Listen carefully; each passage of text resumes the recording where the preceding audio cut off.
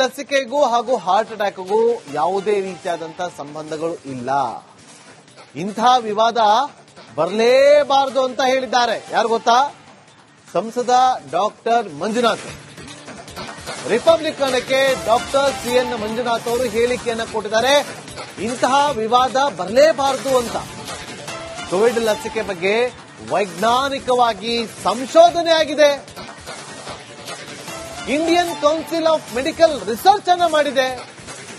ಇನ್ನು all India institute of medical science, ಈ ಎರಡೂ ಸಂಸ್ಥೆಗಳು ಯಾವ್ದಾದ್ರು Indian council of medical research, all India institute of medical science, ಈ ಎರಡೂ ಸಂಸ್ಥೆಗಳು ಲಸಿಕೆ ಬಗ್ಗೆ 19 ಅಧ್ಯಯನ ನಡೆಸಿದೆ.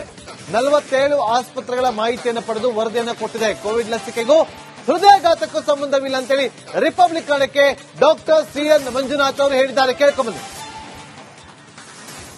ಖ್ಯಾತ ಹೃದಯ ತಜ್ಞರಾದಂತಹ ಡಾಕ್ಟರ್ ಸಿಎನ್ ಮಂಜುನಾಥ್ ಅವರಿದ್ದಾರೆ, ಮಾತಾಡ್ಸ್ಕೊಂಡು ಹೋಗೋಣ. ಸರ್, ಈಗ ಕೋವಿಡ್ ಲಸಿಕೆಯಿಂದ ಹೃದಯಾಘಾತ ಆಯ್ತಾ ಅನ್ನೋ ಒಂದು ವಿಚಾರ ಚರ್ಚೆಗೆ ಬರ್ತಾ ಇದೆ, ಏನ್ ಹೇಳ್ತೀರಾ? ಇದು ಕೋವಿಡ್ ಲಸಿಕೆಯಿಂದ ಹೃದಯಾಘಾತ ಆಗುವಂತ ವಿಚಾರ, ಇದ್ರ ಬಗ್ಗೆ ವಿವಾದನೆ ಇರಬಾರದು. ಯಾಕೆಂದ್ರೆ ವೈಜ್ಞಾನಿಕವಾದಂಥ ಸಂಶೋಧನೆಗಳಾಗಿದೆ, ವೈಜ್ಞಾನಿಕವಾದಂಥ ಅಧ್ಯಯನ ಆಗಿದೆ.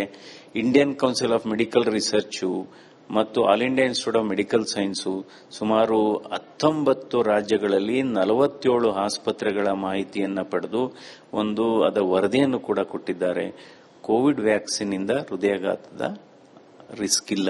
ಕೋವಿಡ್ ಸೋಂಕಿನಿಂದ ಆಗ್ತಾ ಇತ್ತು.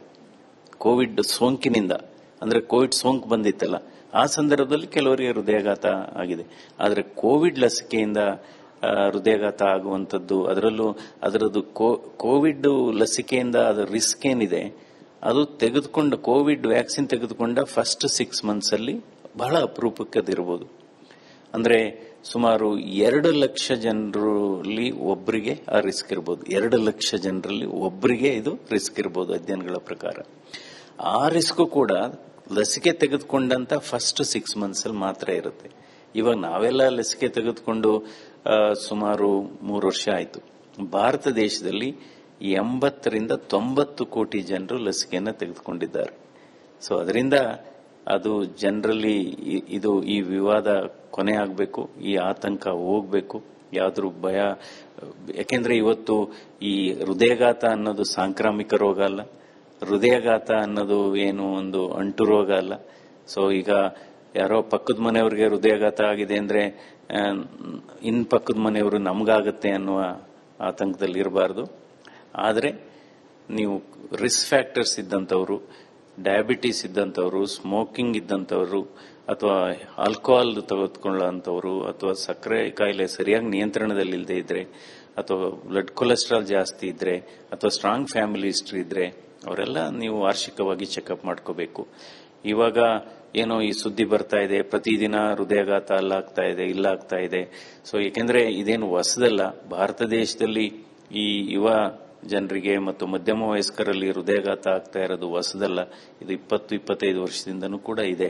ಸೊ ಅದರಿಂದ ಗಾಬರಿ ಆಗಬಾರ್ದು. ಈಗ ಹೋಗಿ ತಪಾಸಣೆಗೆ ಸಾಲಾಗಿ ಭಯಭೀತರಾಗಿ ಆಸ್ಪತ್ರೆಗಳಲ್ಲಿ ಸಾಲು ಕ್ಯೂ ನಿಲ್ಲುವ ಅವಶ್ಯಕತೆ ಇಲ್ಲ. ನೀವು ಬಿಡು ಮಾಡಿಕೊಂಡು ಚೆಕಪ್ ಮಾಡಿಸ್ಕೊಳ್ಳಿ.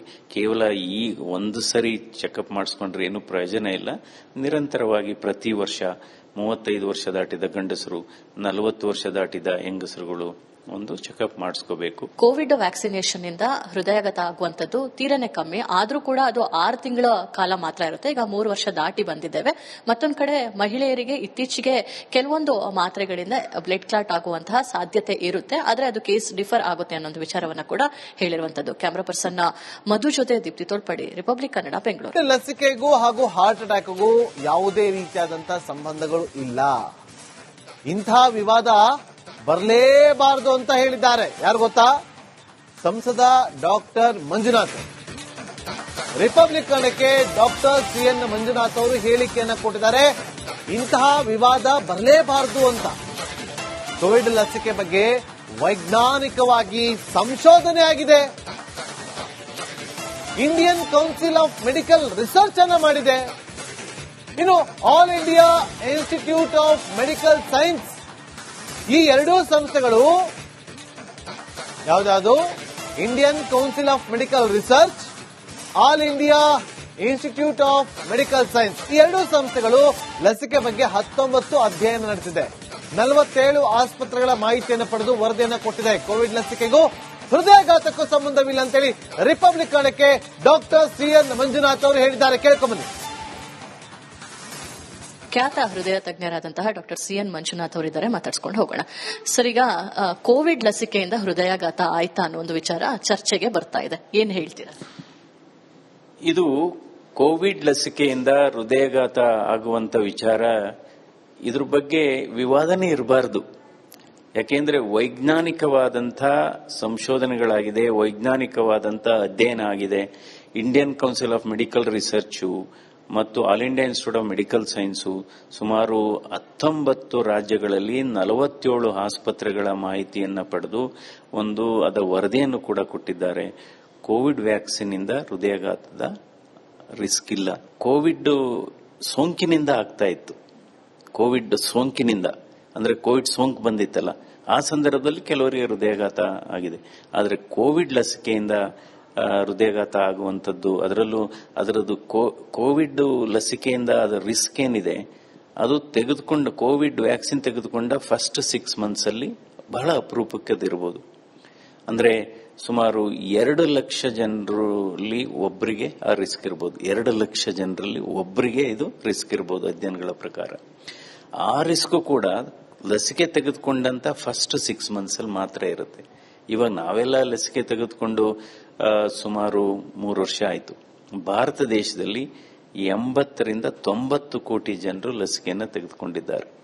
ಸೊ ಅದರಿಂದ ಅದು ಜನರಲ್ಲಿ ಈ ವಿವಾದ ಕೊನೆ ಆಗಬೇಕು, ಈ ಆತಂಕ ಹೋಗ್ಬೇಕು, ಯಾವ್ದ್ರ ಭಯ. ಯಾಕೆಂದ್ರೆ ಇವತ್ತು ಈ ಹೃದಯಾಘಾತ ಅನ್ನೋದು ಸಾಂಕ್ರಾಮಿಕ ರೋಗ ಅಲ್ಲ, ಹೃದಯಾಘಾತ ಅನ್ನೋದು ಏನು ಒಂದು ಅಂಟು ರೋಗ ಅಲ್ಲ. ಸೊ ಈಗ ಯಾರೋ ಪಕ್ಕದ ಮನೆಯವ್ರಿಗೆ ಹೃದಯಾಘಾತ ಆಗಿದೆ ಅಂದ್ರೆ ಇನ್ ಪಕ್ಕದ ಮನೆಯವರು ನಮ್ಗಾಗತ್ತೆ ಅನ್ನುವ ಆತಂಕದಲ್ಲಿ ಇರಬಾರ್ದು. ಆದರೆ ನೀವು ರಿಸ್ಕ್ ಫ್ಯಾಕ್ಟರ್ಸ್ ಇದ್ದಂಥವ್ರು, ಡಯಾಬಿಟಿಸ್ ಇದ್ದಂಥವ್ರು, ಸ್ಮೋಕಿಂಗ್ ಇದ್ದಂಥವ್ರು, ಅಥವಾ ಆಲ್ಕೋಹಾಲ್ ತೆಗೆದುಕೊಳ್ಳೋಂಥವ್ರು, ಅಥವಾ ಸಕ್ಕರೆ ಕಾಯಿಲೆ ಸರಿಯಾಗಿ ನಿಯಂತ್ರಣದಲ್ಲಿ ಇಲ್ಲದೆ ಇದ್ರೆ, ಅಥವಾ ಬ್ಲಡ್ ಕೊಲೆಸ್ಟ್ರಾಲ್ ಜಾಸ್ತಿ ಇದ್ರೆ, ಅಥವಾ ಸ್ಟ್ರಾಂಗ್ ಫ್ಯಾಮಿಲಿ ಹಿಸ್ಟ್ರಿ ಇದ್ರೆ ಅವರೆಲ್ಲ ನೀವು ವಾರ್ಷಿಕವಾಗಿ ಚೆಕಪ್ ಮಾಡ್ಕೋಬೇಕು.